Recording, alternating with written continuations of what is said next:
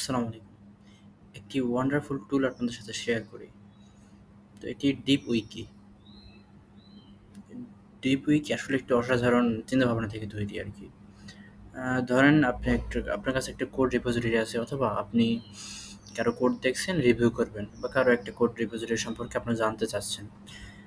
ধরেন ল্যাংচেন সম্পর্কে দেখি আমরা। ল্যাংচেন একটি এলএলএম। তো আপনি চাচ্ছেন ল্যাংচেনটা কিভাবে তৈরি বা এটার পিছনে কি প্যাকেজ আছে বা এটার কোড স্ট্রাকচার, ফাইল স্ট্রাকচার কেমন সেটা সম্পর্কে জানতে। আপনি জাস্ট ডিপিউইতে যাবেন, ল্যাংচেনে যাবেন, বাস শেষ। আম ডিপিউইকে থাকার জন্য একটি অবশ্যই GitHub রিপোজিটরি থাকা দরকার। তো GitHub থেকে ডিপিউইকে মূলত সব ডাটাগুলো নিয়ে একটি সুন্দর ডকুমেন্ট তৈরি করে। Structure, file structure, package structure সমস্ত কিছু। ডাটা স্ট্রাকচার যদি থাকে, ডাটা মডেল যদি থাকে সে এইভাবে তৈরি করে। এভাবে গ্রাফ এবং চার্ট, গ্যান্ট চার্ট সহ সবকিছু একসাথে তৈরি করে আপনার একটা সলিড ডকুমেন্ট দিবে আর কি রিটার্নে। তো এখানে দেখেন আপনার প্রতিটা পার্ট আপনার একটি করে চার্ট আর দেখা দিছে আর কি, লাইক সুডো কোড। এখানে প্রতিটা পার্ট কি আছে, ফিচার স্টেটমেন্ট এবং রানেবল ইন্টারফেস এবং সব কিছু এখানে গুছিয়ে তারা লিখছে। সিআই/সিডি যদি থাকে গিটহাব অ্যাকশনের এবং প্রতিটা পার্ট গিটহাবে যা আছে সমস্ত কিছু তারা দেখাবে বা আপনার একটা প্রজেক্ট শুরু করার জন্য এখান থেকে ধারণা নেওয়া মনে হয় বেস্ট হবে। আমি আমার একটা প্রজেক্ট দেখে আমি কিছুক্ষণ আগে টেস্টের জন্য ইউজ করছিলাম। এটি আমার একটা খুবই সিম্পল, খুবই ছোট একটি প্রজেক্ট। জাস্ট ফ্লাটার দিয়ে এবং গেটএক্স স্টেটমেন্ট ইউজ করে তৈরি একটি খুবই ছোট্ট ই-কমার্স অ্যাপ বলতে পারেন। তো প্রথমে আপনাকে দেখাবো ফিচারগুলো কি আছে এই প্রজেক্টের মধ্যে। সেগুলো আপনার এক ঝলকে দেখায় দিবে এবং পারপাসটা দেখায় দিবে। এটা খুবই সুন্দর। এক ঝলকে আপনি বুঝতে পারবেন কোডের মধ্যে কি আছে বা এটার আউটপুটটা কি হতে চাচ্ছে। প্রথম সিস্টেম আর্কিটেকচার, এটাও খুব একটা দারুণ জিনিস। আপনার অ্যাপ, স্ক্রিন, উইজেট পার্ট টু পার্ট ভাগ করে কি মডেল এবং কি আছে এটার মধ্যে। প্রতিটা পার্ট এভাবে ভাগ করছে। মডেলের মধ্যে প্রোডাক্ট মডেল, প্রোডাক্ট কার্ডের মধ্যে প্রোডাক্ট এরকম আরকি। তো একটা মডেল আছে এখানে এরকম এবং সেগুলো সোর্স এখানে দেখায় দিছে। তারা ডিরেক্টলি আপনি এখানে যাইতে পারবেন। এখন দেখেন আমি স্টেটমেন্ট ম্যানেজমেন্ট ইউজ করছি, সেটা কোন জায়গায় ইউজ হয়েছে সেটাও খুব সুন্দরভাবে দেখা যায়। এই যে এবার একটা গেটেক্স স্টেটমেন্ট ইউজ করছি, গেটেক্স, তারপর একটা কন্ট্রোলার, প্রোডাক্ট লিস্ট কন্ট্রোলার গেলে এখানে দেখেন প্রোডাক্ট লিস্ট কন্ট্রোলার থেকে আমি ৩টা ডাটা ইউজ করছি মানে ৩টা ফাংশন ইউজ করছি। ইজ লোডিং এইভাবে দেখতে পারবেন আপনি।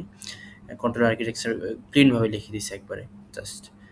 আরেকটা সুন্দর বিষয় হলো ইউআই কম্পোনেন্ট। এখানে যে কটা আমি স্ক্রিন বা উইজেট ইউজ করছি প্রতিটা স্ক্রিন বা উইজেটের জন্য আলাদা একটা ফাইল করছে এবং সেগুলা কিভাবে ইউজ হয়েছে মানে উইজেট ট্রিটা এখানে বুঝাইছে আর কি। একটা app bar, search field, category filter, product grid.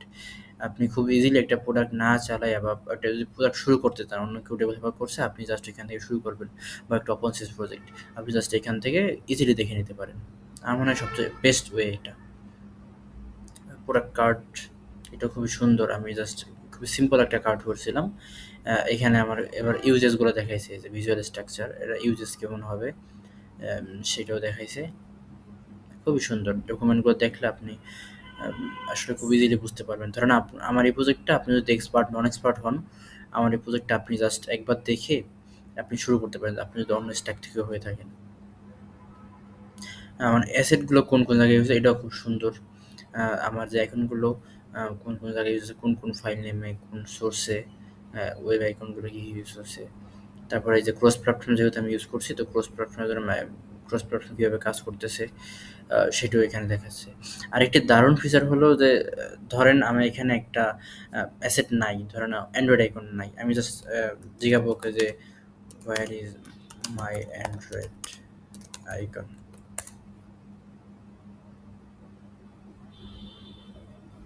C ফার্স্টেই এটা অ্যান্ড্রয়েড ম্যানিফেস্টো এক্সএমএল খুঁজে এখানে আমাকে সুন্দর গুছিয়ে একটা অ্যান্সার দিছে। Based on code base your Android icon is defined in mipmap IC launcher. তো অ্যান্ড্রয়েড ম্যানিফেস্টো এক্সএমএল গেলে আপনি মিপ ম্যাপ আইসি লঞ্চারে গেলে অ্যান্ড্রয়েড আইকনটা আপনি চেঞ্জ করতে পারবেন এই ডেনসিটিতে। এখানে এই ডেনসিটি মিনস এই যে এটা স্ট্রাকচারালি বুঝাই দিছে যে এমডিপিআই, এসডিপিআই কি। এত সুন্দর টুলটি, তো আপনার আশা করি খুবই কাজে লাগবে টুলটি আসলে। ও আরেকটা বিষয় আমি দেখিয়ে দিই লাস্ট।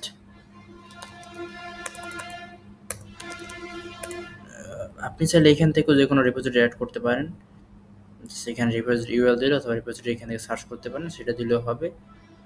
যদি রিপোজিটরি অ্যাড করা থাকে এখানে, আপনি এখানে সার্চ করলে আপনি পাবেন। যেমন আমি একটা সার্চ করলাম একটা, তো ধরেন আমি আমার এই রিপোজিটরি যাব,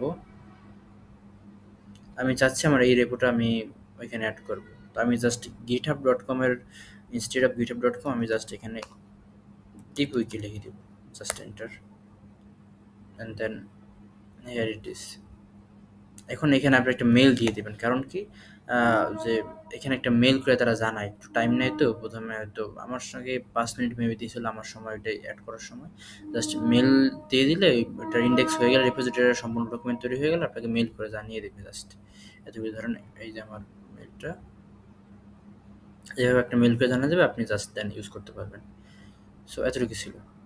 থ্যাংক ইউ।